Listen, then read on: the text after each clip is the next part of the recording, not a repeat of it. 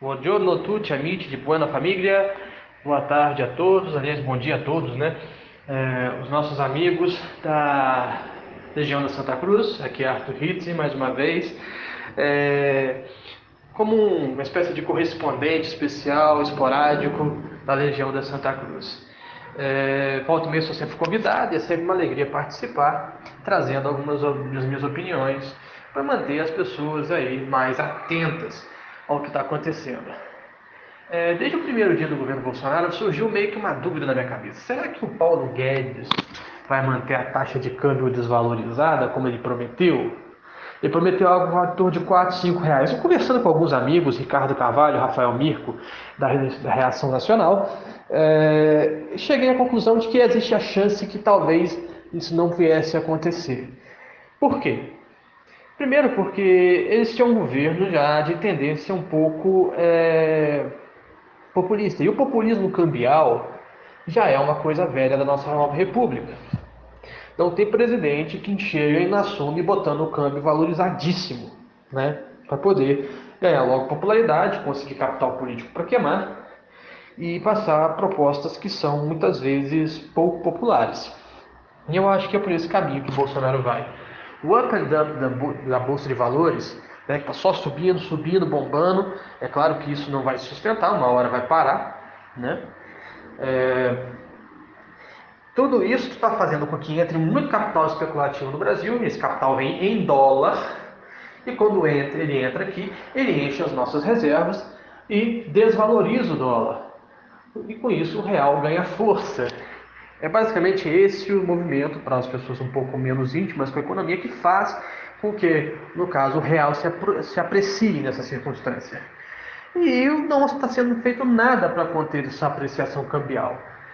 Nos últimos 2 a 3 semanas, né, nós já vimos uma ascensão assim, bastante visível, já no final de dezembro, né, mas acelerou muito com a posse. E nós estamos indo aí para a terceira semana de governo e o dólar, né, ficando cada vez mais fraco dentro do país e o real cada vez mais forte. Estava em 3,70, está chegando a 3,60, logo vai estar em 3,50. Isso aí é muito importante frisar que isso dá ao trabalhador, às pessoas mais pobres, uma sensação de ganho de poder de compra. A gasolina no posto baixa, né, a televisão que ele queria comprar fica mais barata, e o resultado só não pode ser outra coisa que não, né, um aumento de popularidade. Parece que o governo já chegou e resolveu todos os problemas do país, mas não é bem por aí. Porque esse crescimento do valor do real e esse crescimento estrondoso da bolsa depende da credibilidade do governo e cumprir as promessas que fez ao mercado. Lembra no segundo vídeo, ou no primeiro e segundo áudio que eu fiz, que esse governo representa uma aliança entre a alta burguesia, a burguesia usurária, não a burguesia produtiva, que essa vai penar na mão do governo, né? É, que é a banqueirada, enfim, e o setor militar e os evangélicos. É bastante evidente isso, né? Que é uma aliança muito mal colada com cuspe entre esses três grupos para poder é, conduzir o governo. Não vou nem entrar nesse mérito do Bernardo Kister, aquela doença mental dele de achar a maçonaria a coisa mais linda do mundo, que ninguém sabe que vem de Virgínia, né? Lá de um certo estado americano, né? Com um certo senhor que mora para lá, cujo nome começa com O. Né? Ninguém sabe que essas ideias vêm de lá. Então vamos ignorar isso, né? O resultado óbvio, mais óbvio desse tipo de processo é que o ganho de popularidade do governo vai facilitar com que a população receba ou engula reformas que muitas vezes seriam extremamente impopulares. A ideia é óbvia por trás disso. Como era dos indicadores sociais por causa do populismo cambial, há um aumento de bem-estar social aparente. Com isso, a população não vai se importar se meter em uma reforma da Previdência muito mais dura do que a que se anuncia. Aliás, a reforma Temer é a única realmente sensata que dá para passar no ponto de vista político, porque ela resolve mais ou menos o problema, ainda que a um certo curto prazo, curto médio prazo, é, e tem certa facilidade de passar sem causar grande estrago no padrão de vida populacional no curto prazo. A reforma do Armínio seria aquela mais sustentável, né? Então, ela não chega a ser uma reforma chilena, ela mantém a um nível mais baixo pessoas que recebem ganham até um salário mínimo ou um pouquinho mais de um salário mínimo, o modelo atual de repartição, né? Acima desse modelo de repartição, as pessoas passam a ter um sistema de capitalização e a ideia seria acrescentar aí uma espécie de Bolsa Família para idosos que garantisse a essas pessoas uma sobre-renda extra feita por transferência direta de renda através de imposto.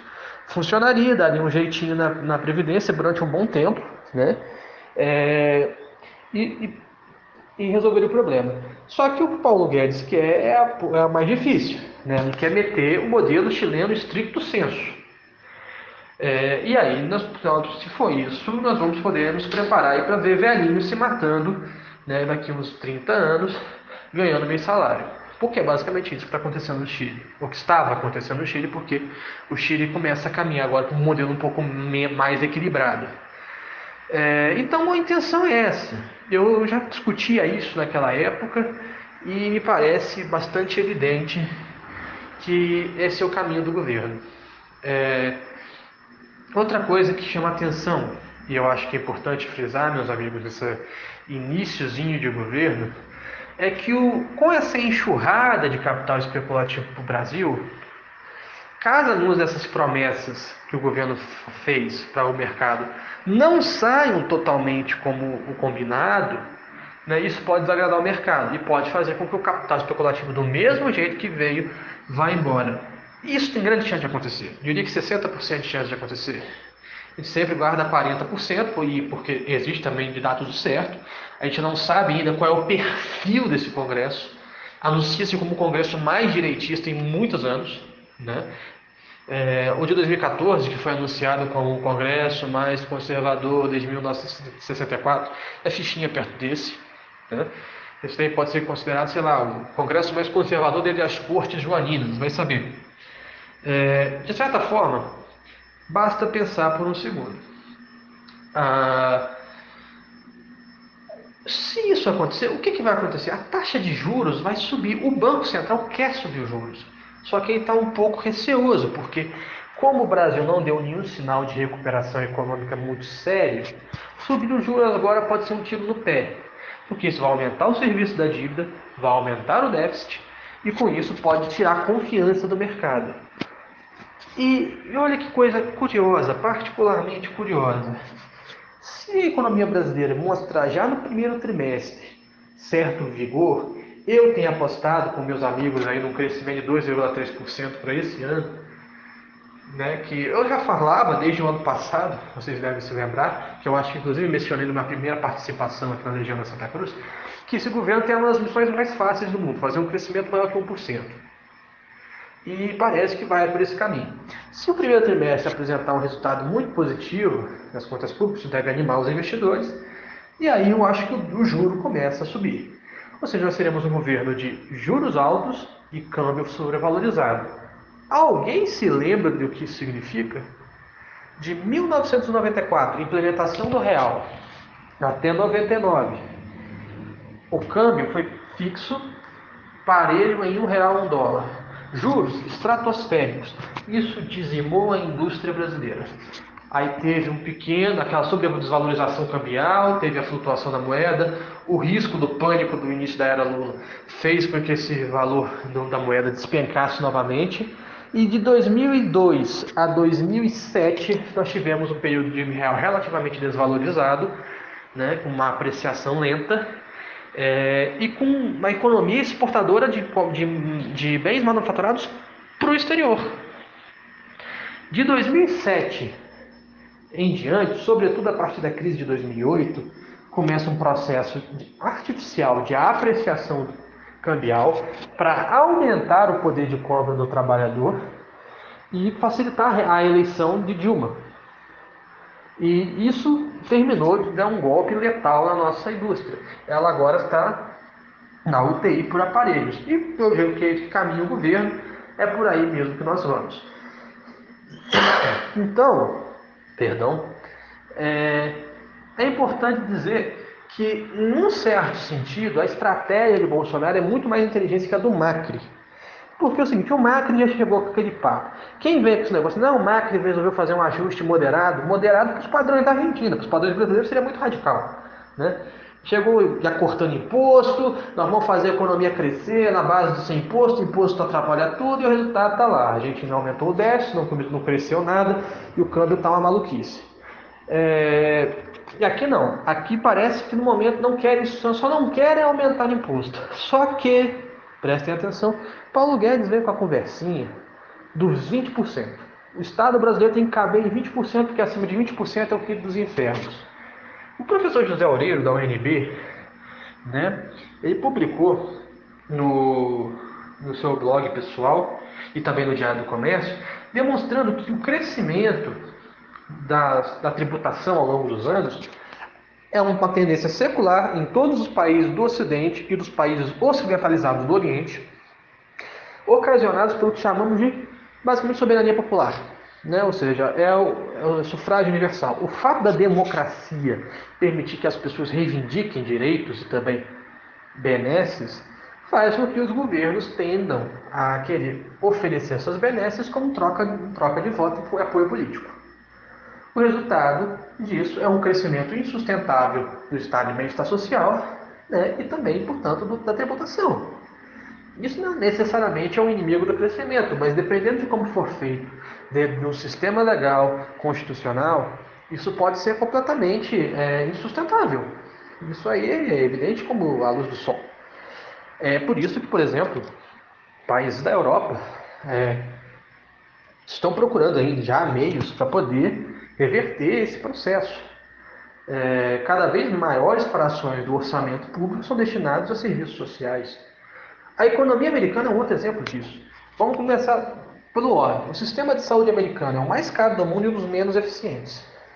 É claro que esse serviço oferecido pelas empresas privadas é bom, mas ele é muito caro. Portanto, existem grandes parcelas da população americana que não tem nenhum serviço de saúde. Então, elas estão literalmente à deriva, né?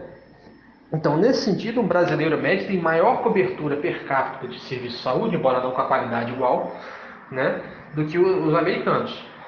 Ou seja, existem mais americanos desassistidos pelo serviço de saúde do que brasileiros. Embora a gente possa questionar a qualidade do nosso serviço público. Aqui nos grandes centros urbanos, São Paulo, Vitória, Rio de Janeiro, Belo Horizonte, Porto Alegre, Curitiba, Florianópolis, né? Nas regiões mais centrais da cidade, o serviço público até que funciona muito bem. O problema mesmo são os grotões no interior, né? E nas favelas, nos bairros mais humildes. Mas, por exemplo, em Vitória, né, você tem ali no centro de Vitória ali o serviço de assistência médica é muito bom, a qualidade é excelente e é público. Entretanto, quando você vai para Cariacica, Fundão e outras cidades da região metropolitana que são menos famosas e, portanto, um pouco mais periféricas, a qualidade do serviço cai drasticamente. O mesmo pode ser visto em outras regiões do país. Então, não vou entrar tanto nesse mérito da qualidade, mas nos Estados Unidos, com o corte de impostos, aquilo que a nova direita anunciou alegremente, o maior corte de impostos da história dos Estados Unidos, a única coisa que fez foi, com um aumento natural dos gastos em saúde, porque o governo americano subsidia os serviços privados para as pessoas, de classe média e pobre, né? Que é um gasto enorme, é um gasto assim, que cresce quase automaticamente, sem aumento de investimento, apenas por reajuste de inflação e demográfico. Isso já aumentou muito o déficit americano e o corte de impostos não gerou o crescimento que o suprisse. O resultado, a economia americana está desacelerando. Então, para poder terminar, gente, vamos ficar atentos, né? E se preparar. Porque no longo prazo, se isso se confirmar, essa tendência à apreciação cambial, a subida da taxa de juros, né? E se principalmente se houver corte muito antecipado de impostos, nós podemos ter ou uma nova crise ou uma recessão. Ou seja, a aparente recuperação brasileira vai travar. Então, e mesmo que isso não aconteça, né? meu temor um pouco mais nesse caso do aumento de impostos do que propriamente da taxa de juros. Se não tiver nenhum corte de impostos, aliás, a tendência é que daqui a uns 5 ou 6 anos a economia possa entrar em crise por causa de déficit em balança comercial. Então, gente, é isso. Fico feliz mais uma vez participar da Legião da Santa Cruz e trazer as minhas opiniões para vocês no campo da economia, que é onde mais ou menos eu costumo atuar. Obrigado a todos, Deus abençoe a todos.